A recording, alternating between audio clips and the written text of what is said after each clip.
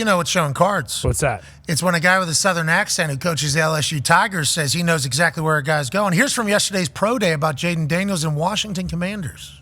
He is going to be so committed to taking care of himself that you're going to have to worry about size or he doesn't weigh enough. Lamar's done a pretty good job with his size. I think Mahomes, I wouldn't consider him a giant because he's going to get the ball out to the playmakers and make plays for Washington. Whoa! Whoa! What's that mean? What did that red face just say right there? Could you imagine being as Irish as he is in down there in the bayou? It's a nightmare. Oh, my God. Actual Baton Rouge, I couldn't even fathom. I've been down there one time for like a night, in and out, lost 45 pounds, had to leave.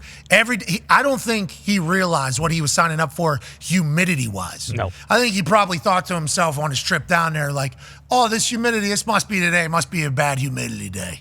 Yeah.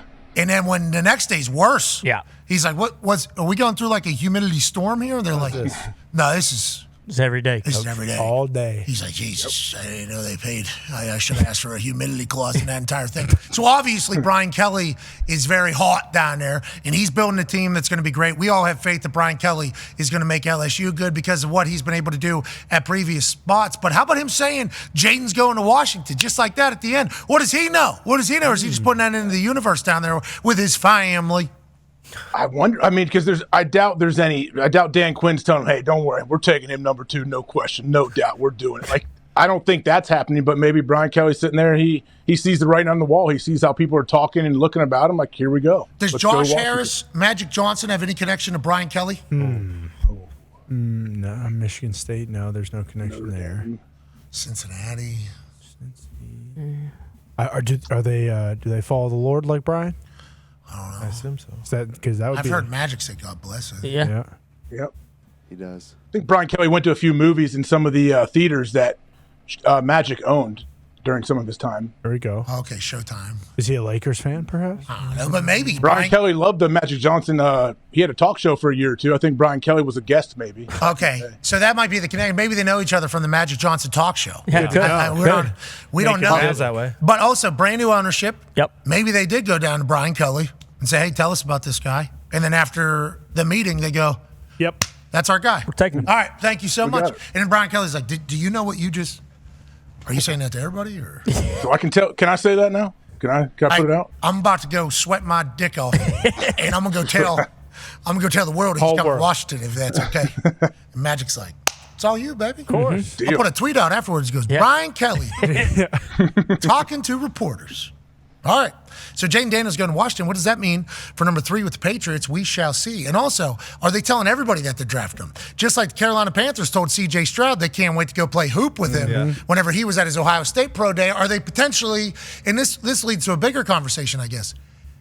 Nobody has anything on any of these quarterbacks. I feel like there is a lot of, sway ability here. For all of them. I think it's pretty volatile.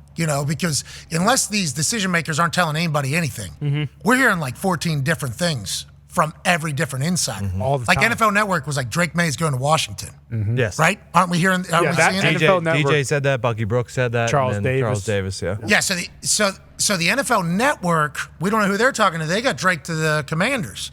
But then you hear other people talking, and it's like Jayden Daniels is he's moved himself as the number 2 quarterback in this particular draft. It's like, well, does that mean the Commanders are going to trade and then somebody else is going to go up to get Jayden Daniels? It's like nobody seems to know shit this year other than Caleb's going 1, but polls wouldn't even guarantee that to us, and there's people doing it. It's like number 2 overall. These are the overall odds. Jayden Daniels minus 140. Now, his elbow is certainly going to be looked at, talked about, and I don't know how that happens. No, that's wild. I don't know how the human body ends up that way, but we had a guy on here yesterday whose left ring finger legitimately points directly out from where his head is. True. It makes no sense at all. It's almost as disgusting as AJ's hands. Jayden Daniels minus 140. Drake May plus 125. JJ McCarthy, who's been moving up plus 250. Marvin Harrison Jr. Whoa. Maybe they go wide receiver at number 2. Maybe somebody trades up because they like Marv so much they want to get in there before all the quarterbacks get out of there. Plus 3,500. Caleb Williams, is he still around at 2? That's the one to bet. plus 4,000. Then Dallas Turner plus 8,000. It seems like that's a bit of a long shot. But if Caleb Williams isn't drafted 1, we assume he's going to get drafted number 2. If Caleb Williams is available after the first pick is gone, you assume there's going to be some action, even if the Commanders don't want Caleb Williams, which why wouldn't you? Because he comes back to the hometown.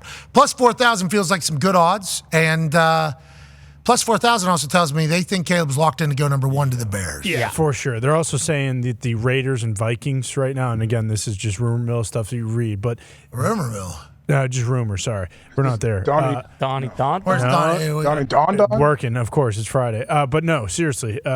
The number 3 pick, allegedly, they're saying that is going to get hot, but probably on draft night, depending who goes to, that the Raiders and the Vikings trying to move up now, but that they might Broncos. up the ante, Broncos as well. What are the odds for Caleb to go number 1? Minus 8,000. Jeez. Feels like pretty good luck. That's, So you that's have doubled. You have to bet pretty good. $8,000 to win $100.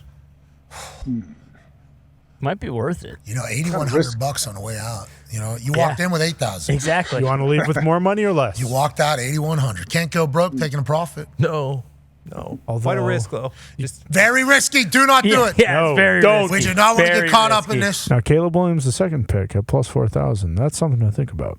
Yeah. Just a little sprinkler. Just because. This is not a guarantee. No, the guarantee seems to be a minus 8,000, although nothing is a guarantee No. in this particular world. We saw it the other year when Mac Jones was supposed to go number 3 overall.